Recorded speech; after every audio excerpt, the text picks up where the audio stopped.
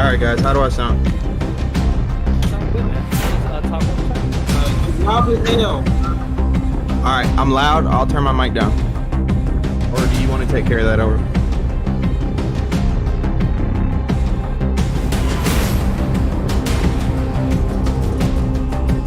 Hey, can you guys hear my dog drinking?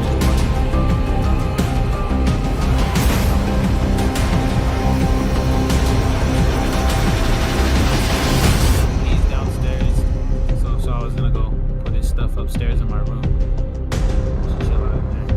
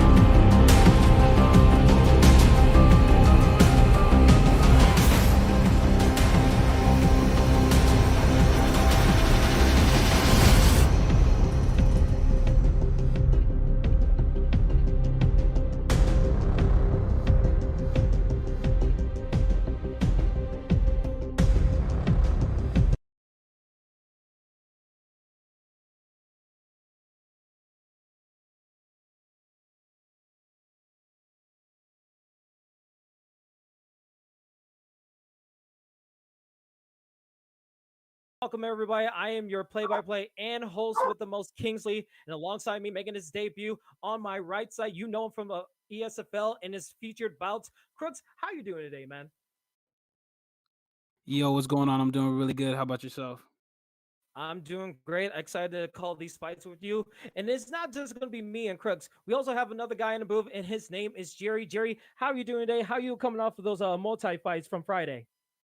Oh man, I'm doing fantastic. Just really happy to be here. Really happy to see some great action. We have a lot in store for you guys. So if you're sitting here, buckle up. Let's have some fun.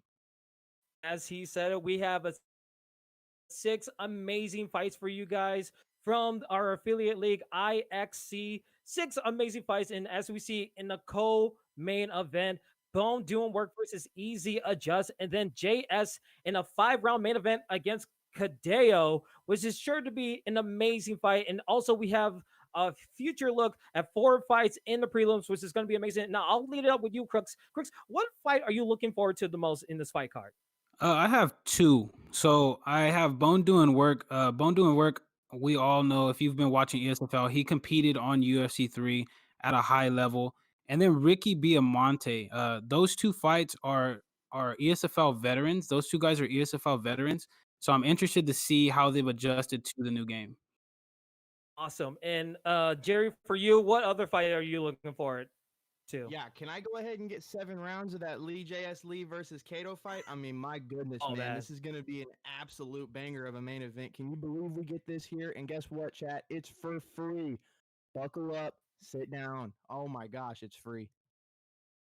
Ladies and gentlemen, you are in for a treat. 6 fights on the dock, but let's get into our first fight of IXC 6. It is going to be our first fight, Caliber 379 versus AGS the Pug. Love the name, love pugs, but this is not going to be a cute fight at all. This is going to be a barn burner, and I'll lead up with you, Jerry. Jerry, what do you look at this contest in this division? How do you think this fight's going to go? I mean, I got a feeling we're not going to end the decision. I got a feeling we're going to end up seeing a finish. I'd say about the second round. What I'm guessing here. These 2 guys, they don't play around. They're swinging, they're throwing leather, and they've got no problem. Are you ready? They risk a rock to get a rock. That's what I love about these 2 guys. Fight! Yeah, and absolutely, I'll lead up to you, Crooks, as we're about to get this fight started. Crooks, what do you think how this fight's going to go down? Well, it's interesting because it's going to be fast because it's in the bantamweight division, and I'm interested to see how Marlon's going to deal with Petr Yan's power. That's really going to be the difference in this fight. And we can already see these guys just being a little bit patient with their striking a little bit, not really being super aggressive, but we've seen some good body shots from a moment ago. And so far, it seems like they're going to take the pros. They know they're in the spotlight of the ESFL network. They want to put on a good impression. There's so many people watching them. They could potentially be an up-and-coming in the ESFL if they put on a good show. So you want to see both guys not really taking the chance to just blow out their whole stamina in this first round. Yeah, as you can see, Marlon Moraes is kind of playing it a little bit safe while he was at the beginning of the round. Now he's applying pressure. But it's going to be a little hard for him to get inside the pocket. That's not really where he wants to be. As you see, he lands a beautiful head kick right there. He's taking his time. He's not really rushing in. He's playing it smart at the moment. He's using his kicks very well. And as you can see, he's just taking a very slow approach to it. Jerry, what do you think about what's going on right now? Yeah, Marlon Moraes is doing a good job of keeping the fight a distance. Hey, smaller guy, but the fact of the matter is, you're brawling with Petr Yan. If you play this game for longer than 25 minutes, you know that is the wrong move. I'd like to see Moraes do a better job of keeping his distance. And you can try to get close to big left with a head kick, 2 body shots there. Now, let me ask you this close one more time here, brother. What are you seeing right now Moraes has? He needs to change up because I got something. Well, it looks like he needs to be careful with throwing those kicks inside the pocket. If you whiff a kick, oh, he got a beautiful takedown there. But on the stand-up, he really needs to be careful with throwing kicks inside the pocket. Petr Yan's hands are lethal. And as this is probably the best place for him is to be on the ground. It's pretty neutral right here.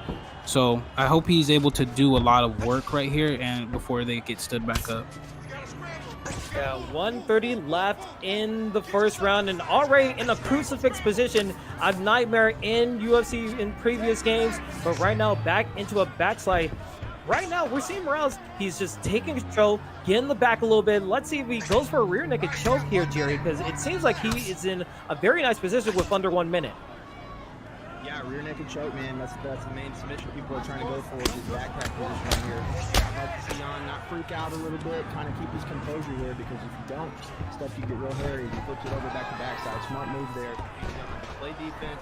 Don't worry about doing anything, because choke submissions are so strong in this game right now. I'm seeing this. I know you're way better than me at this game, so you have a good backpack position here. Get back and back sitting. If you're Peter Jan, what are you doing here? Well, you want to take your time. You want to punch to be able to gain that GA and to keep Marlon Moraes honest.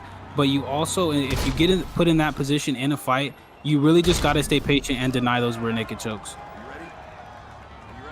And as we see, that was the end of the first round. Now we're into the second round again.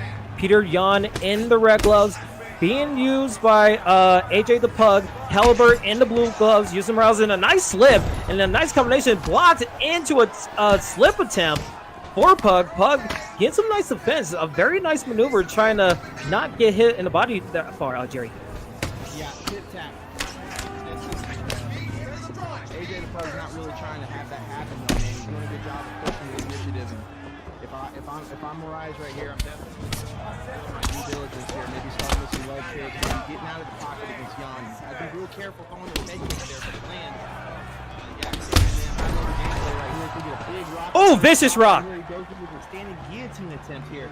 Coach, what do you do right here to play defense, man? You can't really do much. You back him up the stage. Man, they're seeing a really, really good job from Excalibur here. I think he's doing exactly what you have to do as a Peter Jan. Big body. Oh, vicious body shots! Vicious body shots, but the stamina is low. Yeah, he really has been being very inefficient with his stamina, even on the feet. He needs to be real careful about that, because one counter from Piotr Jan and you're out of there. He's able to cut into the half guard right there. He blocks the transition, looking real good on the ground. Try not to waste too much stamina, especially trying to get this ground and pound in. But he made the mistake of getting up, in my opinion. That's a really good position you had Piotr Jan in. You're not in trouble at all. He doesn't have submissions. So I don't know exactly what Marlon was thinking, but he's the fighter. He is a fighter, and he already had a knockdown in the second round, so he's looking good in this round. Catches another body shot and trying to go for a head kick, lands, head held, blinking a little bit for Pug. Pug needs to find a way to get back in this fight. He's getting hit with some body shots and some combinations. Caliber in rhythm right now. Oh, but a vicious head kick, vicious front kick to the face of Caliber, and Caliber is down to the ground, but he gets a leg, but no, not denial. But man, what a front kick to give Pug some momentum there, Jerry. Yeah, that's Peter Jan for you, man. One move right there, and that can completely change the complexion of the fight. Now you got a good top control in Peter Jan. Not great, but he's really good. So I see him trying to get right back up. Smart move there. Try and get the fight in the pocket and mix it up. That's a really, really good move there. Got to be careful here if you're Peter Jan, though. You have lower head health, and you don't want to mix it up too much. You want to keep your distance, but you also want to stay in the pocket as much as you possibly can without getting a cheap rock. Yeah, as you can see, he's throwing 1 to 2 strikes. He's trying not to get countered. He's been hit with that slip counter a lot. He needs to be careful throwing that switch kick, because that's how he's getting taken down a lot. He just got cut into his half guard there by Marlon. Marlon's doing a good job of taking calculated risks. He's not he's throwing enough to be able to hurt Piotr, but he's not throwing enough to where Piotr, if he counters, is going to do massive damage. And so that's the end of the second round. I would have to give that round to Marlon. What do you think, Kingsley? It was a very close round. I mean, both guys got a knockdown. It could be anyone's round. This final round of our first fight of IXC 6 here on the ESFL Network season premiere of the second season. And already a rock. Oh, but a spinning roundhouse into the face of Pug as Caliber 379 gets the victory. What a knockout, Jerry. Yeah, really, really smart right there, man. Is it hot in here for anybody else? Because my goodness, that was a big knockout finish there. Really smart there, man. He did exactly what you had to do with Marlon Moraes versus Peter Jan. Got the job done. Congratulations to that, man. That's not an easy matchup there, but he got it done. Yeah, hey, props to him. Talk about wanting to have a spectacular finish. That's the way you want to do it. He knew that Piotr was going to have to slip his head because he just got rocked. He timed that beautiful spinning back kick to the head and got that knockout that I think he'll be happy with. And hopefully, you know, he gets that call from Zaina and he's able to move up to the ESFL and get that opportunity. Great fight by him. Great fight by both, but even better performance by Marlon. Yeah, absolutely. I mean, in that first round, it seemed like they were both trying to fill each other out. Then the second round, it got a little bit crazy. We saw Caliber able to take advantage of the first half of that second round, getting a knockdown, but then he got in a little bit of trouble in the later parts, and it seemed like he was in a postural position to gain some momentum back, but then he knew once he felt out his opponent, that third round, he had the knock out blow, and he knew he was the first fight of this card, the Caesar premiere, and he wanted to put something on his name, put some respect on his name, because he is now 1-0 in IXC in the affiliate leagues for ESFL Network. So what a great showing indeed. And after that showing, we're ready for another one, as our next fight is ready to go. It's going to be Slickster versus AJS KB King. I'm assuming that's for Kickboxer King, but these guys are going to the light heavyweight division. And Jerry, when you look at the light heavyweight division, there's a lot of people to pick. Yeah, light heavyweight division, man. If there's no star, if there's no star with, I'm definitely going John Jones here.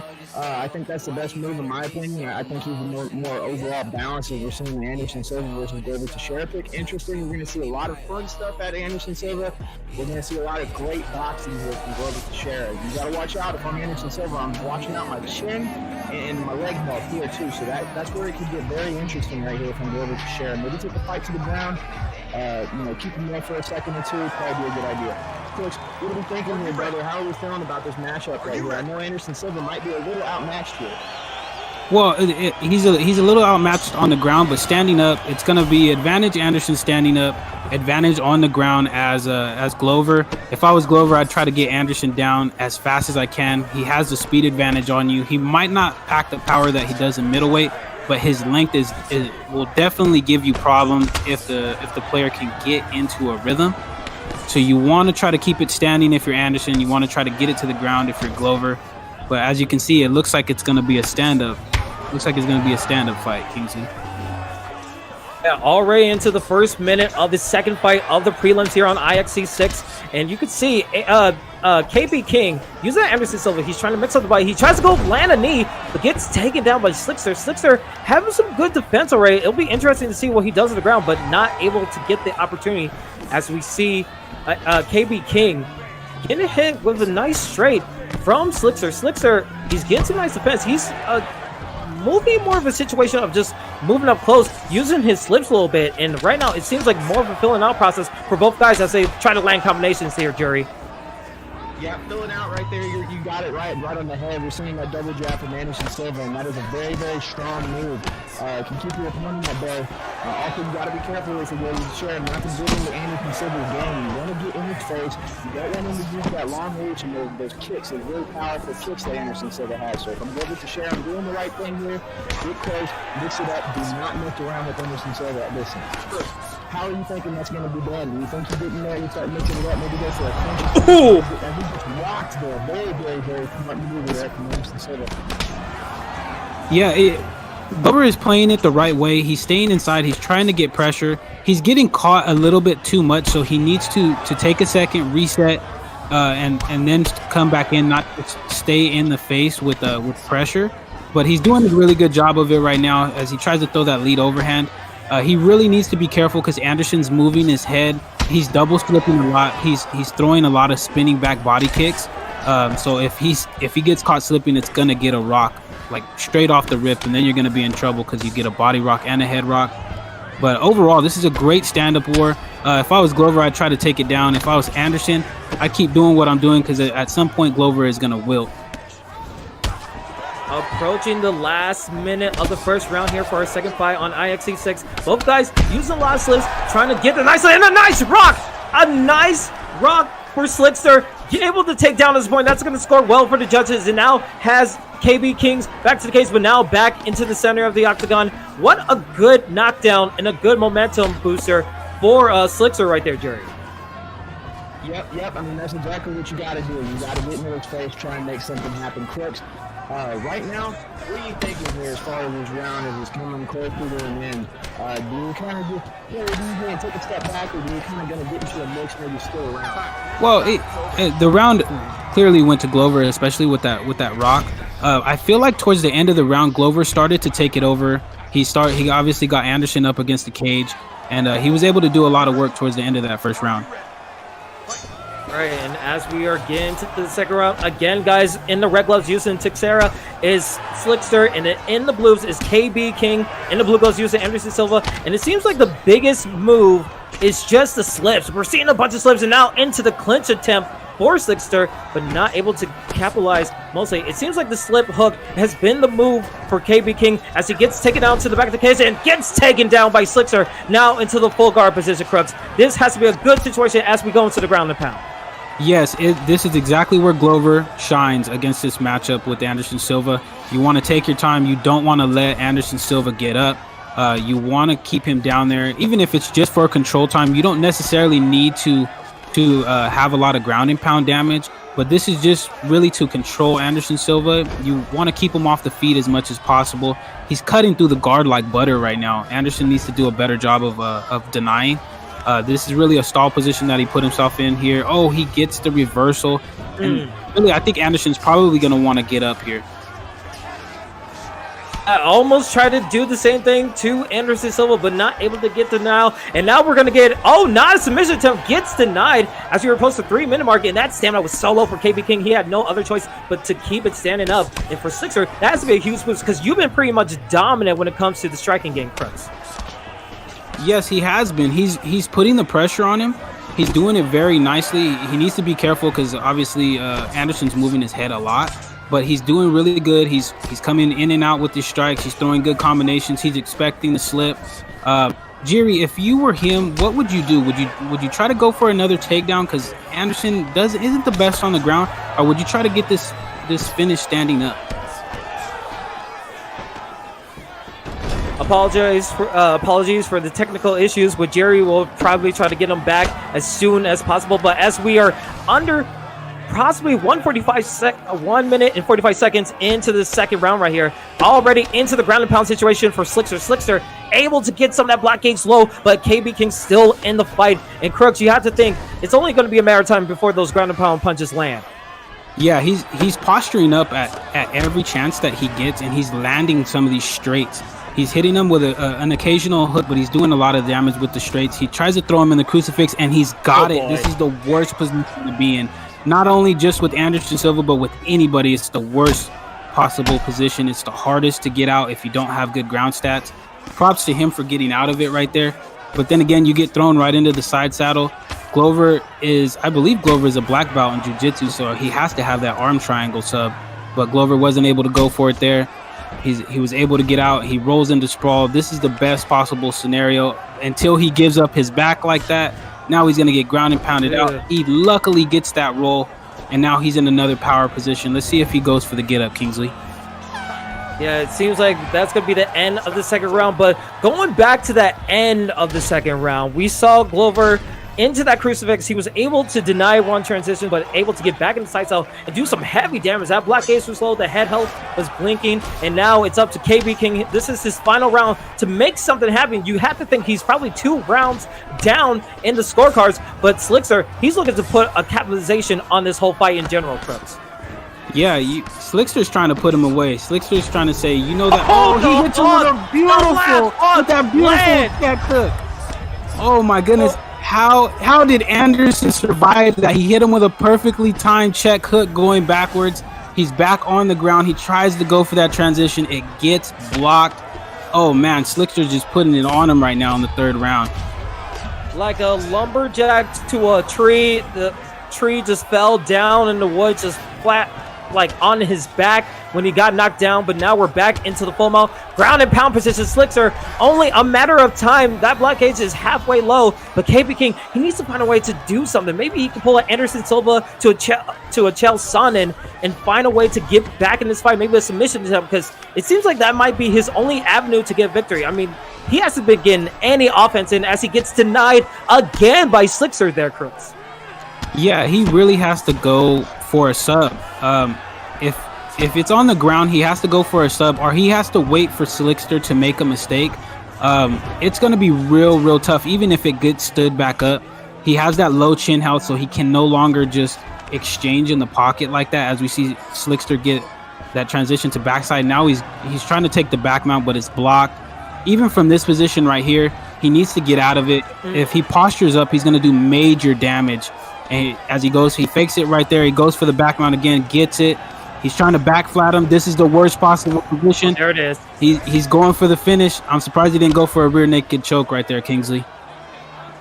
Yeah, 2 minutes to go in this third and final round of our second fight here. And you have to think Slickster and the ground and pound. He gets a nice denial. KB was able to slip one of those strikes, but man, it just seems like every single denial is just demoralizing to KB King, not able to get into some kickboxing as it stays to the ground. And now the ground and pound is landing a couple of jabs. Hooks, and another denial again. Slickster just having his way now into a submission attempt. Stamina is solo for KB King, and you have to think this is his greatest chance to get a submission victory, but that's going to take a lot of time off of the clock for KB King, and Slickster is on his way to a victory. Yes, he really is. He noticed that Anderson's block was really low. It looks like he might get the submission here.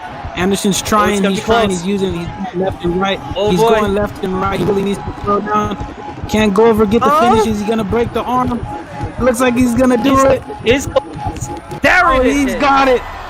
He's got it. Great job by Glover. There it is. Our second win of the night. Slickster with the arm bar victory against KB King. Slickster put on an amazing showing, probably a dominant showing from bell to bell. Honestly, it seemed like first round he was able to get the knockdown. Second round he was able to do what he wanted on the ground, and then third round just complete domination from bell to bell. And Crooks, you have to think that's very impressive if you're an ESFL talent scouter. Yes, it really was. In the first round, in the first 2 minutes of the first round, you can kind of see them going back and forth. But from there, Slickster made that adjustment. He got the read on him. He said, you know what? I'm not going to let you play at the range that you want to play at. I'm going to get in your face. I'm going to hit you in the mouth. I'm going to shoot for these takedowns. And really from about the 2 minute mark of the first round, Slickster just put it on him. He applied pressure. He didn't let Anderson play at the range that Anderson is best at. And it really stifled Anderson, and he really didn't have an answer for that after that. He occasionally had an occasional combo where he caught Glover, but overall it was a really dominant performance by Slickster. Absolutely. And Jerry, I hope you're back with us. Do you have any thoughts of that whole entire dominant contest from Slickster?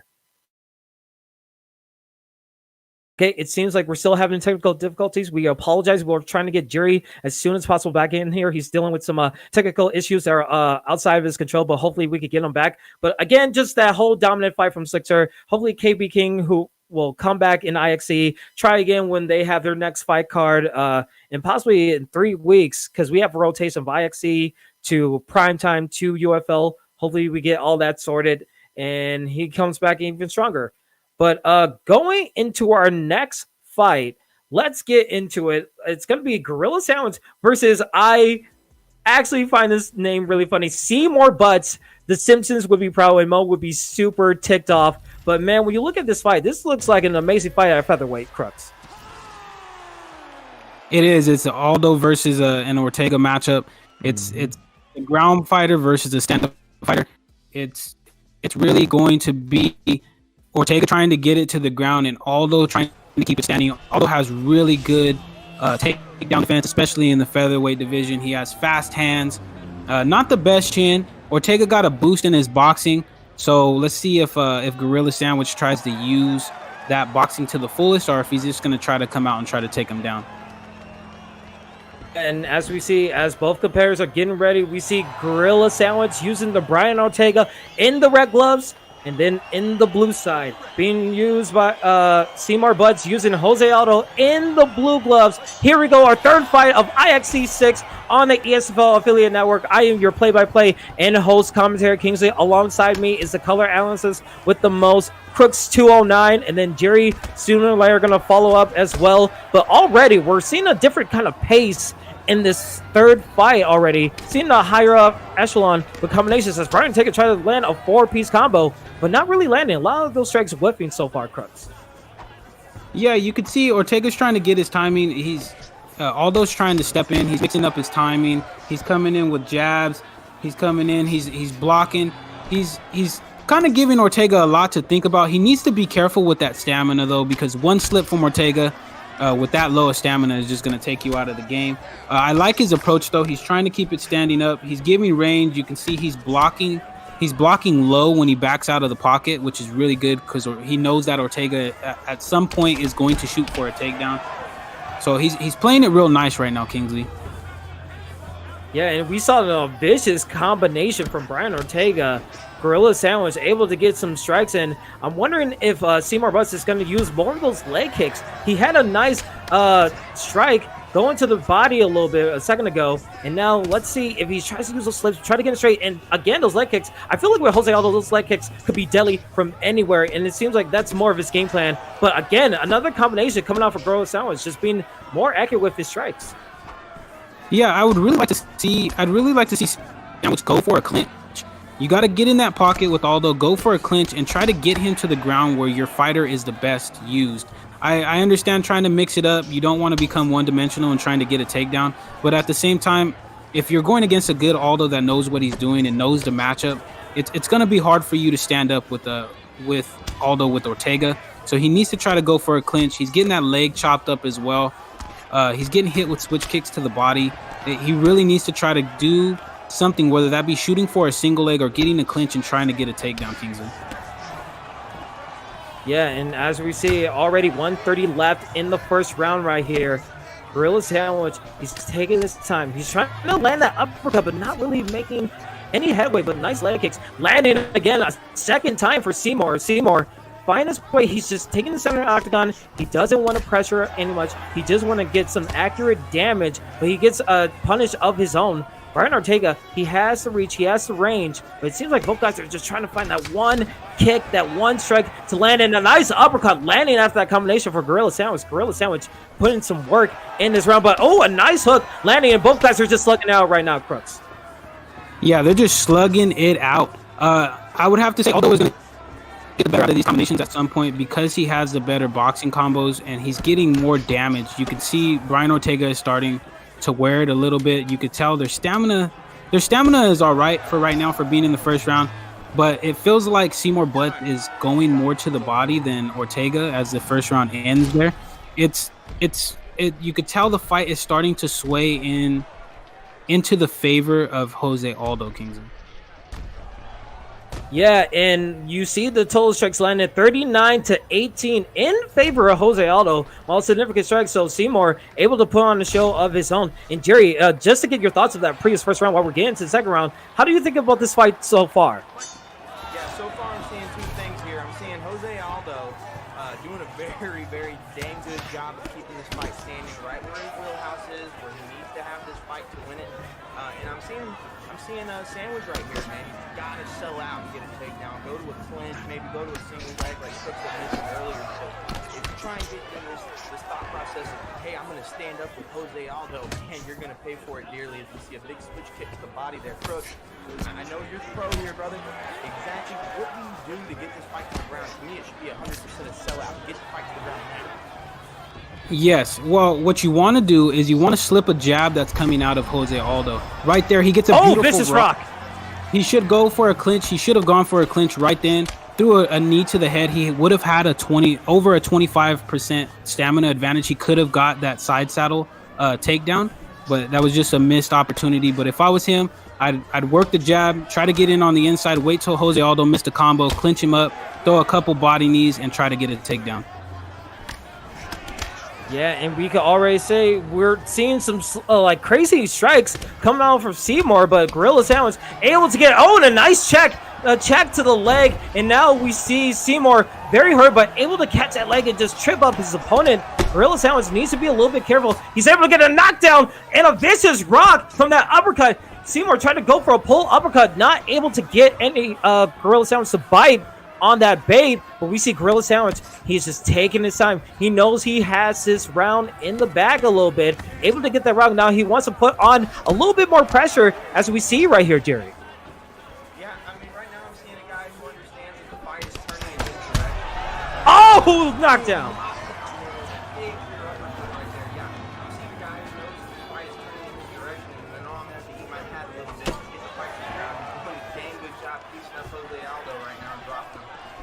Yeah, man, let's just keep doing what you're doing. It's not broke, don't fix it. Brooks, how are you feeling about this, man? Where are we at right here?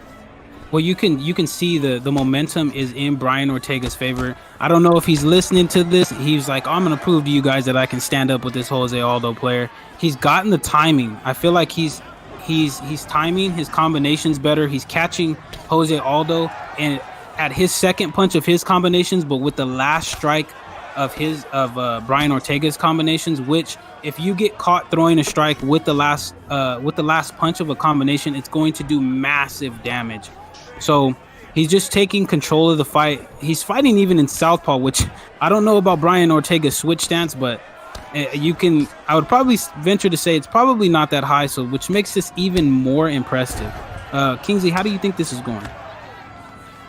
It's going great so far. I mean, both guys had some striking distance. I mean, it could be anybody's fight. Even though we see Gorilla Sandwich get some nice, amazing strikes, he was able to get that body shot to bring Jose Aldo down. Seymour able to do a pull counter uppercut with the round ending. And so far, I think we're in for a good third and final round between these guys, as it's just been nonstop action, just pacing. You see that replay of the vicious uppercut from Gorilla Sandwich, able to knock him down. As we are looking at the stats, 28-30, so real close in the way that second round went. So you don't want to leave it to the judges as you're going to this third and final round. As we again see Gorilla in the red gloves and then Seymour in the blue. Let's see how it goes.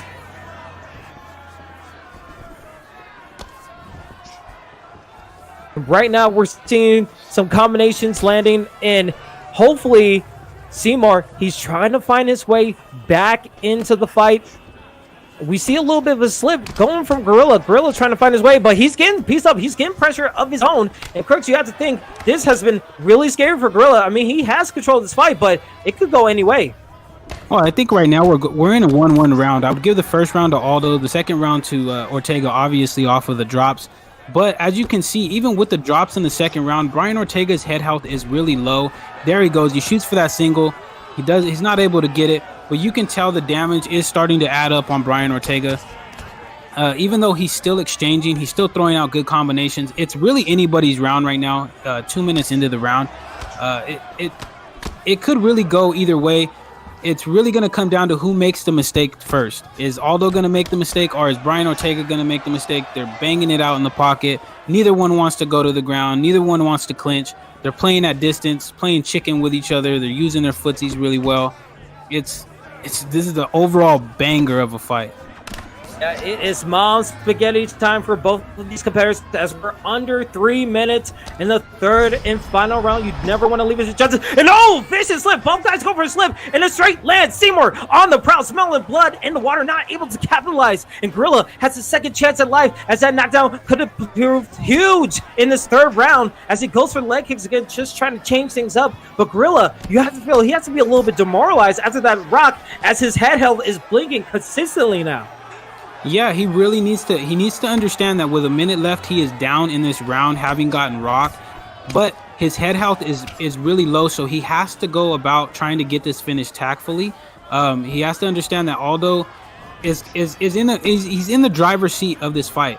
He needs to try to go and push the pace on him, try to get a timing for a combination like he did in the second round, and try to get that knockdown back and get a ground and pound finish.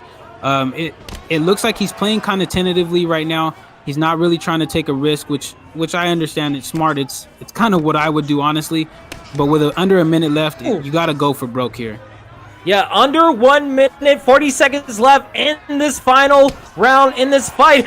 Spinning back fist. Not really doing a lot of damage, but that could have been detrimental to Gorilla's chances of winning this fight. And Seymour going for it. Gets the combination, gets the knockdown. Here we go. Ground and pound opportunity. Can Seymour finish it off? 15 seconds left. If he gets another mount opportunity, this could be it. Oh, gets denied, and it will go to the judges' scorecard. What an exciting array of moments. That last sequence was incredible. Crooks, what an amazing finish to the fight. It was an action-packed fight. There was really no grappling at all. Props to both guys. You know, Brian Ortega, we run into Brian Ortega's in ranked, and, they pretty much just try to either double leg bail us or they clinch us up. But props to Gorilla Sandwich for standing up and banging. And there we have it. Seymour able to take the victory with that third final round. What an incredible showing. We saw Gorilla take control of that second round, but Jose Aldo getting the benefit of the first round and the third round, able to get that knockdown. He was so close. He was 15 seconds away. Just one strike able to get that finish, and he was able to capitalize it, and the judges see it in his favor. What an amazing matchup, and we're already in the halfway mark, but that fight, man, Crooks, what a heck of a fight. Yeah, it was a close fight. Going into the third round, it was anybody's fight. Either one of them could have took control. Shout out to Aldo for putting in that work, really mixing up his timing and really putting it on Brian Ortega. He knew what he had to do. He went out there and said, you know what? I am not going to be denied. You are not going to beat me on this card in front of all these people. I'm going to go and I'm going to take you out, and you got to do something about it. So props to him for doing that.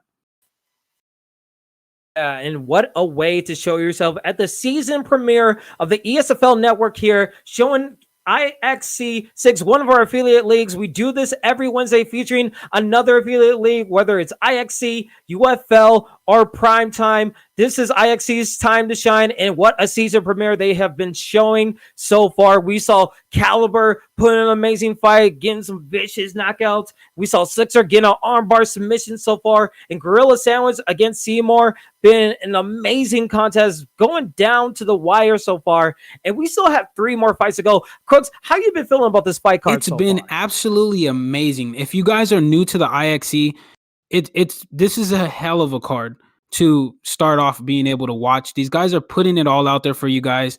They're giving their best. They're really trying to put on amazing fights so that you guys either are really enjoying the show as well as learning some things in the process. It's been an amazing card so far. I can't wait for the rest of these fights.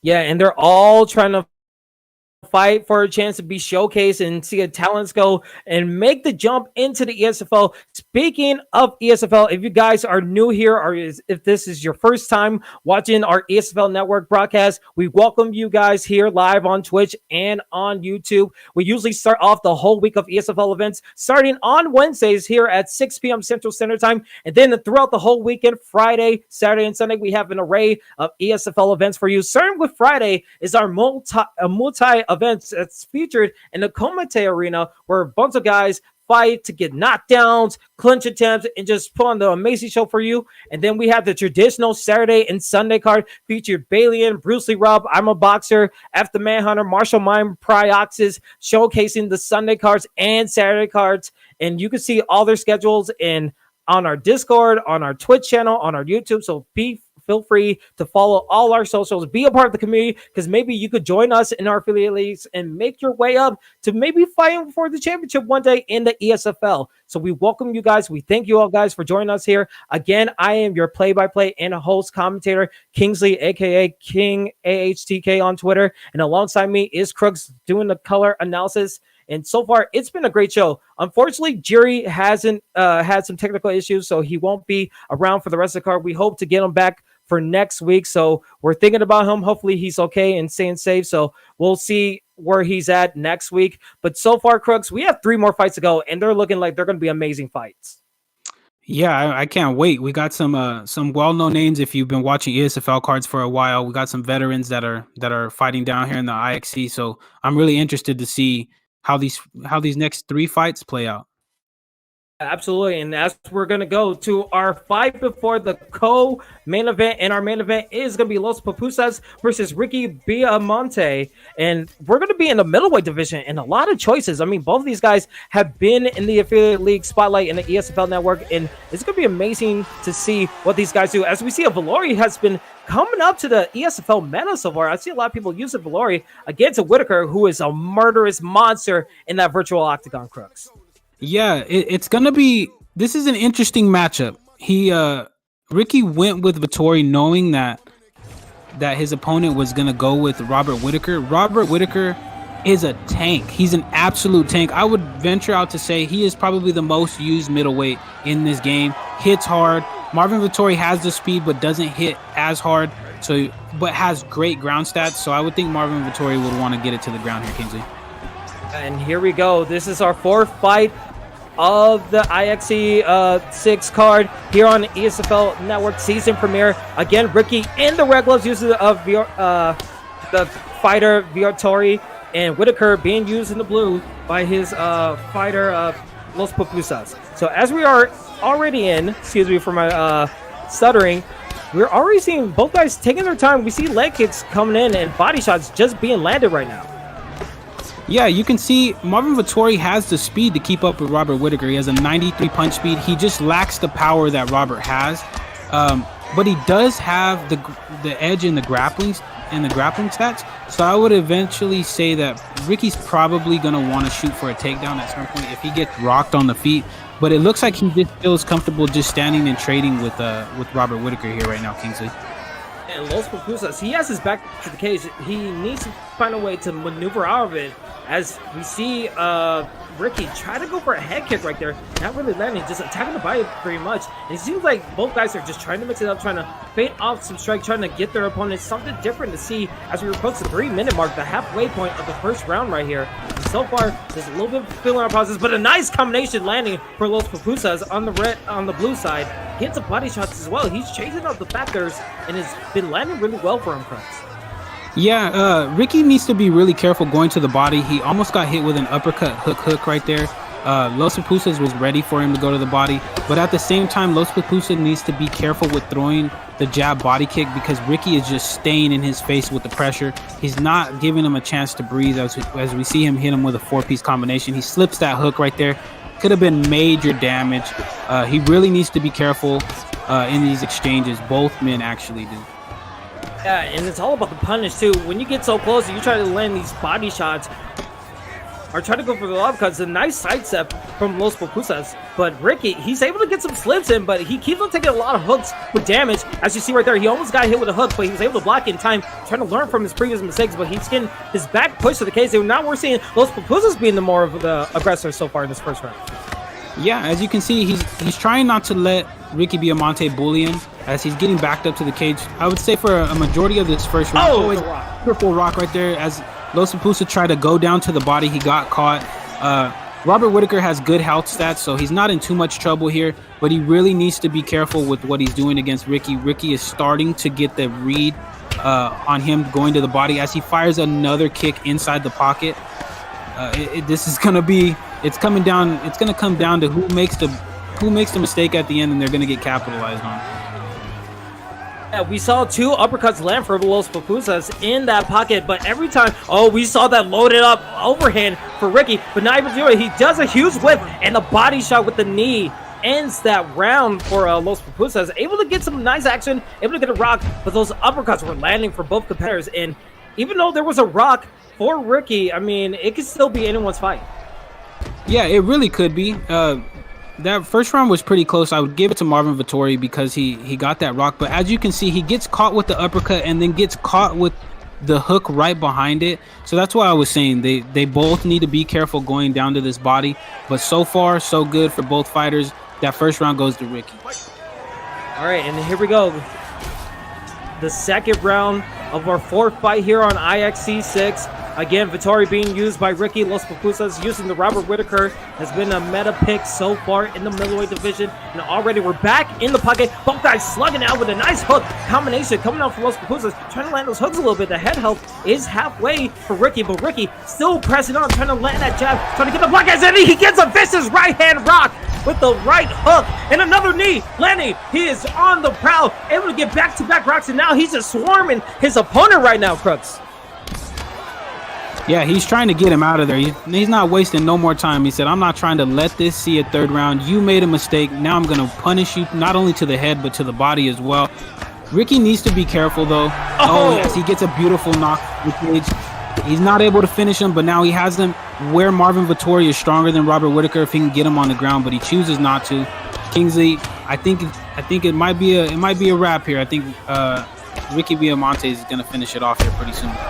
Oh, and another knockdown, the second knockdown to fight, the fourth rock of this round. It could possibly be a 10-8 round if Los Pupusas is able to survive this or gets knocked down again. He catches his leg and just wins. Oh, a head kick. I don't know if that animation, did he turn around to get hit with another head kick, but it's a knockdown either way. 10-8 on the board for Ricky as Los Pupusas still survive, but now they're on the ground, which you said Vittori is still has the advantage on the ground game, especially on top.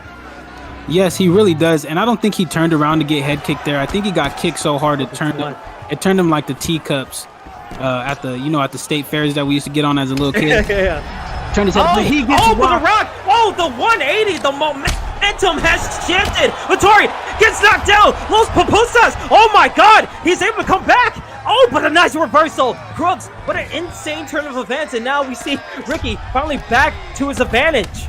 Yeah, Ricky has had a big advantage. He was so fortunate to get that. He slipped that straight. It threw him right into full mount. He's back where he wants to be at, but he knows now he has to be careful because even if you think you have Robert Whitaker out, that's not exactly the case. Yeah, but he's doing this ground and pound, and it's landing. You could think the head health is barely hanging on right there, and he only has like possibly 1 more minute to go in another ground and pound situation. Can Los Pupusas survive to get into the second round? It's going to be tough sledding as Ricky is just in his wheelhouse and not another denial. He doesn't get any denials, and that is it. Ricky puts a dominant stamp in his second round. Had a little bit of a scare, but able to get the victory.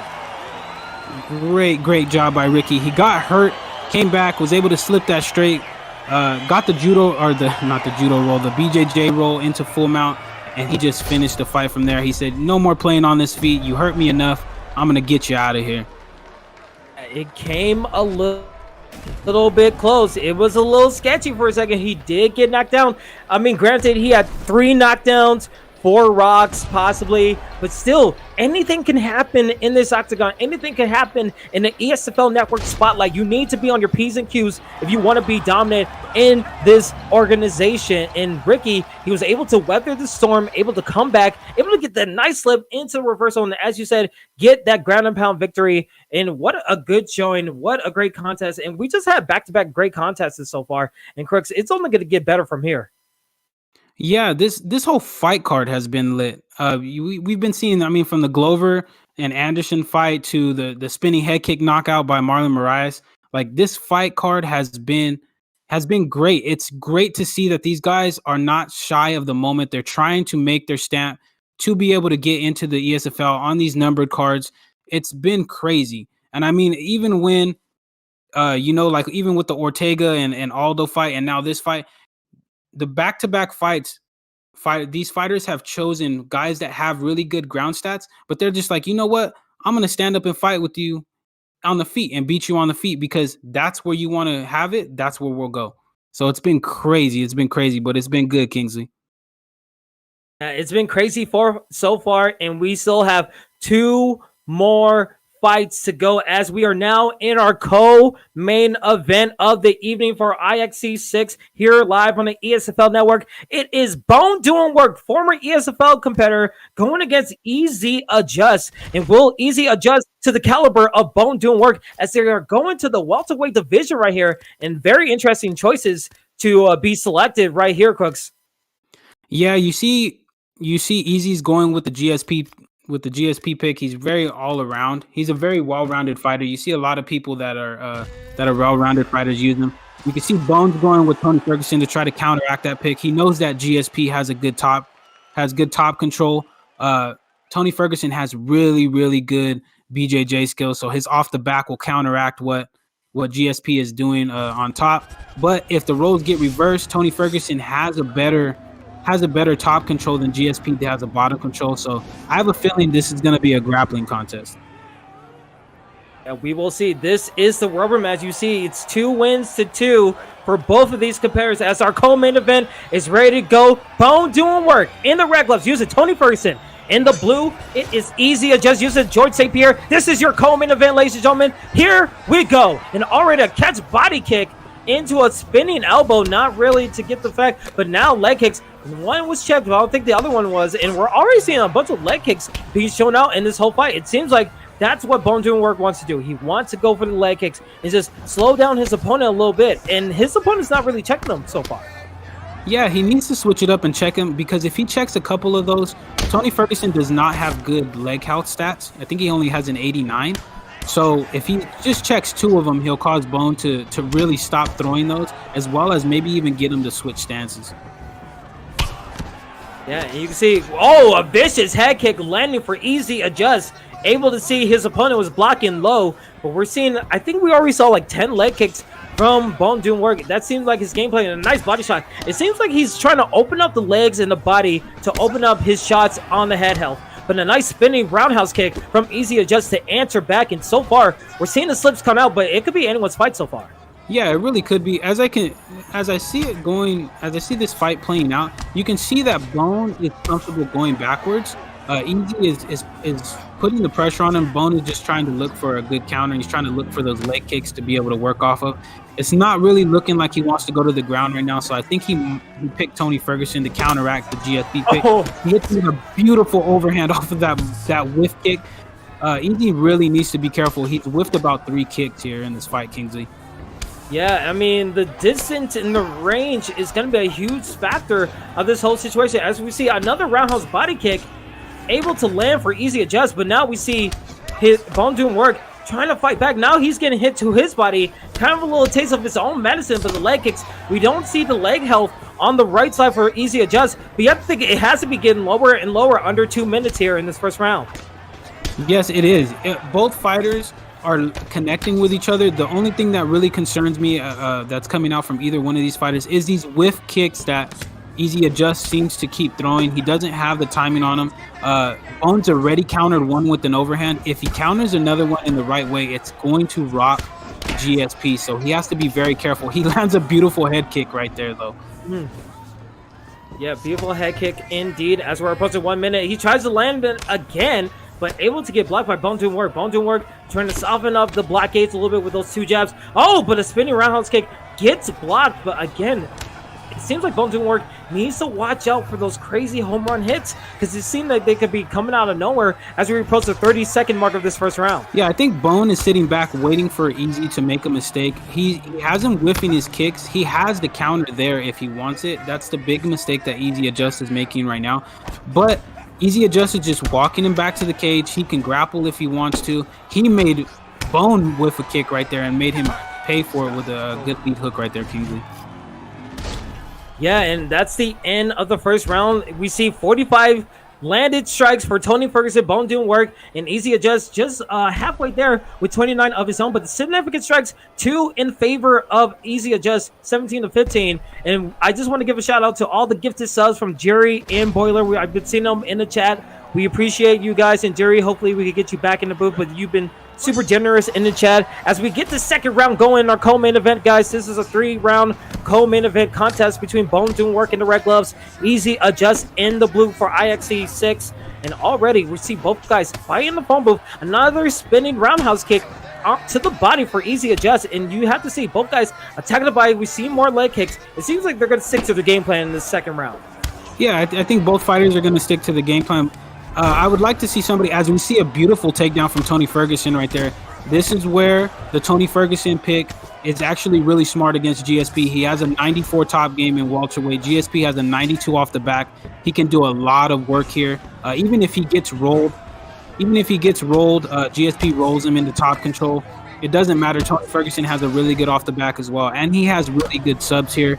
You can see that Bone is posturing up, just trying to get the damage so that he doesn't get stood up. And Easy Adjust just goes ahead and gets up anyways. He says, I don't care what you're doing. I'm going to go ahead and hit this get up, Kingsley. Yeah, we saw 2 non-denials. Oh, the spinning rounds, and he pays for it dearly. Bone doing work, able to capitalize and punish Easy Adjust for going a little bit too wild with his spinning rounds, trying to get the range. And already that changes up everything for Easy Adjust, because he needs to adjust to his game plan. He can't throw those crazy kicks outside of his range. And so far, Bone doing work, able to just kick the legs, kick the body to his benefit, and he's taking control of this whole fight. Yeah, he capitalized on another whiff kick by Easy Adjust. He's been whiffing them all fight long. He really hasn't noticed that he's been doing that. Bone countered beautifully and got that drop. Now it's Easy Adjust's problem to try to come and get a knockdown on Bone doing work, because now Bone is just going to kind of take his time, pick him apart from the outside. He's in no rush to try to get a finish. He knows he has this second round in the bag. He doesn't have to do any more. He needs to be careful of getting hit by that head kick, though. As you can see, Easy Adjust is now switching to throw just by boxing. He's not really throwing too many kicks from the outside like it was before, Kingsley. Yeah, you can see Bone doing work. I like the way his approach is. He's being more of a counterpuncher, able to back up, but just peppering these little jabs and straights into his opponent, just trying to stop the momentum as he goes for a takedown. Oh, gets denied. And with 1 minute left, Easy Adjust able to get some damage if he's able to capitalize right here into the backside position. Gets denied, I think. And now we're going back. Another denial. Oh, St. Pierre, he's able to get some postural damage right here. This could actually be good for him. But the head health getting low. Yeah, GSP did a good job of putting pressure on Tony Ferguson right there. It wasn't, he didn't actually deny that full guard. I think Bone faked it. I've never seen somebody fake a full guard. Usually when they go for it, they just go for it straight out. But now is Easy Adjust time to try to get the damage back that he's taken from Tony Ferguson in this round. He's hitting him with some good ground and pound. This is where you want to be from a mental standpoint at the end of a round that you got knocked down in, Kingsley. Yeah, and you can see the fight stats for round 2, 41-27, I think, in that second round. It was actually 23, but significant strikes, very even, but one takedown in favor of Bone doing work. You had to think Bone doing work, he kind of had the little bit of an edge in that second round, but this third and final round could be anyone's fight, as we are in the final round of a co-main event right here. Bone doing work again in the red gloves. His opponent, Easy Adjust, in the blue, and already taking an easy approach, trying to get back into the rhythm a little bit. And again, back to the leg kicks. We haven't seen any leg kick help event so far, but he's still going to it. Bone doing work. Yeah, he is. You can see him. He's waiting for Easy Adjust to make a mistake. That's what Bone's been doing this entire fight. He's countered 2 or 3 times off of that whiff kick. As you see, a beautiful calf kick right there. He's okay with just sitting back and taking this to a decision, whether that be he loses by a decision. He just does not want to get finished. Yeah, it's Easy Adjust needs to make an adjustment and stop throwing these kicks out of range, because he's whiffing and giving Bone a big chance to counter him for massive damage, and that really could cost him the fight. Yeah, he almost had a costly mistake. If he wasn't able to get that body shot when I think Bone doing work was loading up the overhand, if that overhand land, that could have been all that she wrote in this third and final round for Easy Adjust. But Adjust able to slip, gets a nice straight into his opponent's face. But again, the head held, the body is just so high for Bone doing work. He feels comfortable being in this position, not really forcing the issue. Tries to go for a front kick, but not able to land. But a nice body shot. Oh, tries to go for it again. But again, the stamina must be low for Easy Adjust. But again, when you throw these in the pocket, it's a little bit of a cause for concern, because both guys are just going insane in the pocket so far, Cruz. Yeah, you can see that Bone is okay with, he's okay with the style and the pace that they're fighting at right now. He feels like it looks like he might feel comfortable with taking it to a decision, because I think in his mind, he has round 1 won. But he's still looking for the finish. If Easy Adjust gives him that and keeps whiffing these kicks, he really needs to be careful. But like I said, on Easy Adjust part, he's firing off good body kicks now. He's in range. He's putting the pressure on. He switched to southpaw, which is interesting, giving Bone a different look. He There it is, another whip kick. Oh, there it is. He gets a rock. This is just what Bone, well, I think, was expecting Easy to do. He's been countering that all fight long, Kingsley.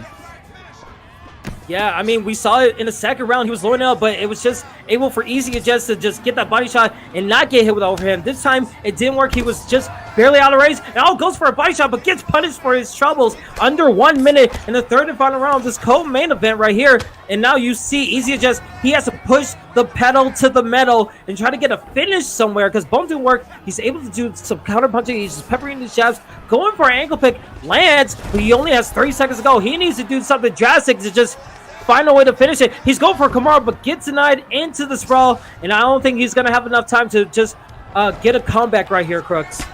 Yeah, his only chance would be to stand up. Now he needs to throw a Hail Mary kick and hope that it just flatlines, Bone, but it doesn't look like it's going to happen.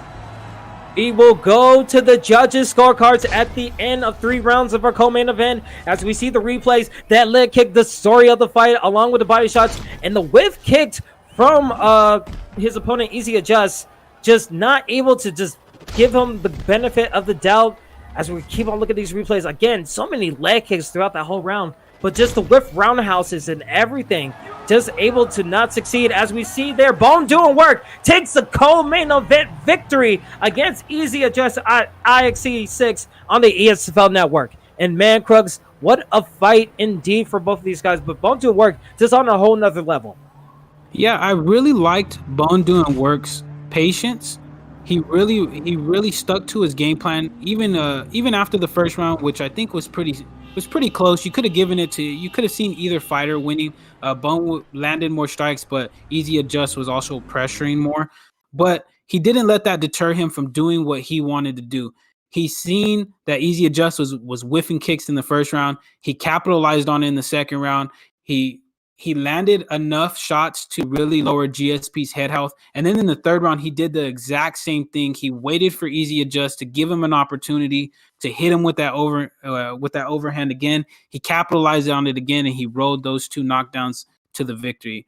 It was an amazing performance. Way to go, both guys. But shout out to Bone doing work.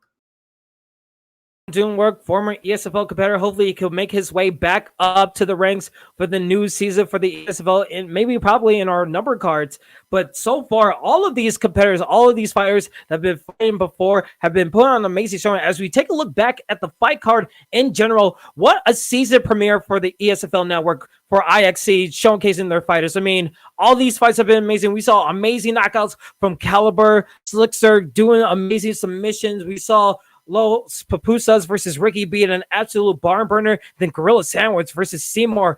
Back and forth battle between both Caliber fighters. It's just been such an amazing card so far here, Crooks.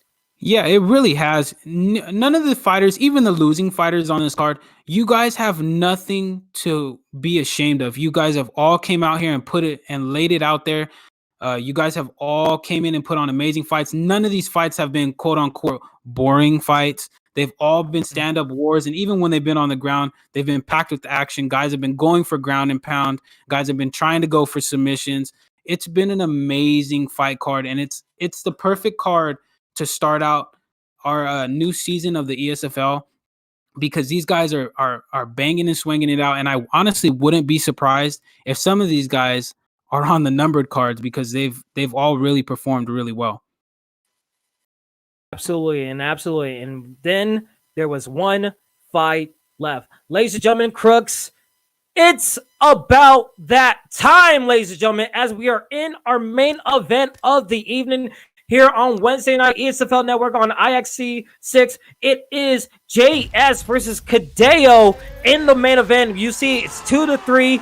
Both of these guys go into the lightweight division. I think it was Tony Ferguson versus Volkanovski, and both powerhouses in their own respective characters. But Crooks, when you see this whole main event playing out, how do you see it going about?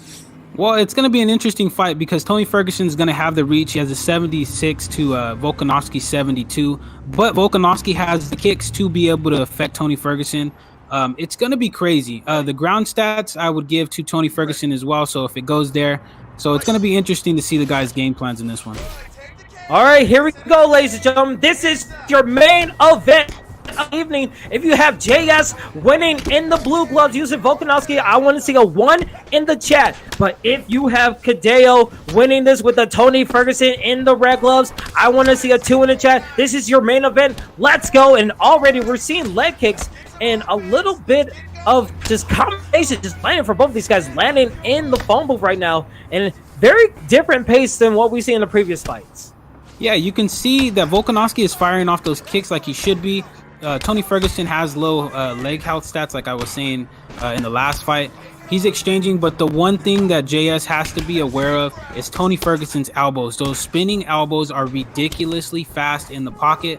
And even though you might think that Volkanovski would have an advantage up close, those spinning elbows are so quick, they'll really neutralize you. So he needs to be careful. And you saw JS land an uppercut, but again, we saw Kadeo just find a way to get an uppercut of his own. But now combinations are going just back and forth. We saw leg kicks landing, but a nice check from Kadeo. Kadeo able to find his way back and with a knee, but JS, he is not pressing away. He has his back to the cage a little bit, but he's sidestepping, trying to find his range. But with Tony Ferguson, that reach is just deadly from anywhere. Yeah, you can see JS is finding his range. He's stepping in and out. He shoots for this beautiful takedown. He gets that beautiful takedown in the side control. He needs to be really careful here. And if I was him, I would keep it on the feet. He was in a really good rhythm. He gets swept into full guard here. This is not where you want to be at with Tony Ferguson. He gets into half guard pretty quickly, and now they're just jockeying for GA here. He gets thrown back into full guard. He needs to transition, even if that means getting flipped. He does that there. He wants to be in his half guard, Kingsley. He does not want to be in Tony Ferguson's full guard because it is a very, very scary place to be. Trust me, I've been there plenty of times. So as we see the rubber guard coming out under 2 minutes here of our first of 5 rounds of our main event right here, and we see back into the full guard position. Tony Ferguson, as you said, very deadly off his back, and now into a half guard. The other thing with the judges' scorecards, they do appreciate top ground position, but you need to get more substantial damage if you're going to stay here. Maybe get into a postural position, get some damage. But as we say that, JS into top mount position, able to get denial, and now he's in a huge prime position as the ground and pound lands under 1 minute. Get some damage on. That's going to score really well with the judges right there, Crooks. Yeah, it is.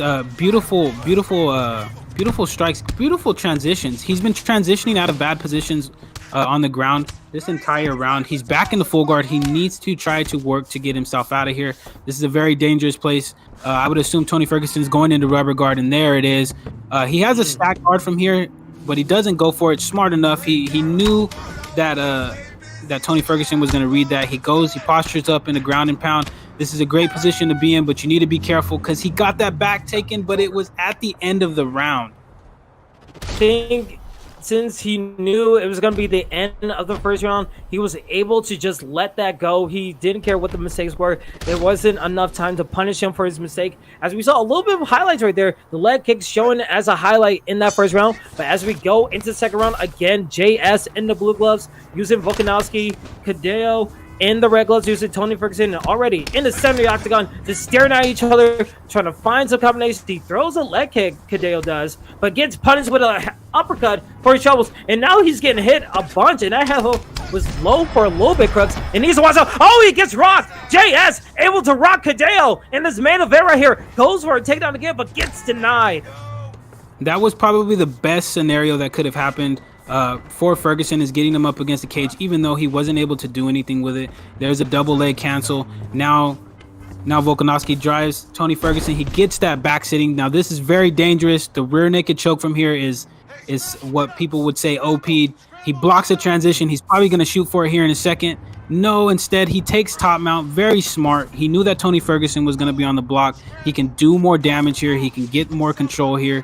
He's going to try to chip away at that head health of Tony Ferguson so that when it does get stood back up, he is able to do more damage, but he gets rolled. That is the trouble with fighting a Tony Ferguson. He's very crafty, and he has a lot of rolls and sweeps off of the ground, Kingsley. Absolutely, and you have to think with JS, he has to feel really confident in his controller, in his skills of just denying takedowns and transitions, because he went for 2 straight takedowns in both rounds, but now he's getting punished with this ground and pound right here. And you have to think with the Tony Ferguson, I guess he just doesn't feel afraid as he's able to get up. He doesn't believe Tony Ferguson and Kadeo's ability is able to deny him his transition to get back up. And now we're just slugging it in the pocket. A nice check of the legs, but now into a clinch attempt. And Kadeo trying to use those knees to just damage his opponent right now. Yeah, this is the kind of fight that Kadeo needs to be trying to make it. He hits him with a beautiful slip right there. He gets slipped himself and gets hit with an uppercut. These guys are going at it in the second round. They're fighting at an incredible pace. I think right now in terms of stamina would favor Volkanovski, or not Volkanovski, but Ferguson. But here we are back on the ground. He needs to get out of that guard. He gets denied there, or actually he faked. He really needs to try to get out of this guard. He blocks that transition from Tony Ferguson. He postures up. He knew that transition was going to be unblockable from the posture up. And so now he's in a very advantageous spot, Kingsley. And he gets a denial and to top mount as we're approaching the 1 minute mark of the second round of our 5-round main event. And now just bombs landing from the punches of JS. JS able to get a head held super low, but not able to capitalize. Now it's up to Kadeo to just find a way to get out of it, and he gets a half control, which works, but doesn't deny the posture. This could be trouble for Kadeo. Kadeo is in massive trouble. 30 seconds left. He needs to survive this in any way possible. Yeah, he really does. He's allowing Volkanovski to get massive damage off. He was able to post a hook there and get a roll. But look at that head health on Kadeo. It is very, very low. Going into this third round, he really needs to make it a focus to block these posture ups from Volkanovski.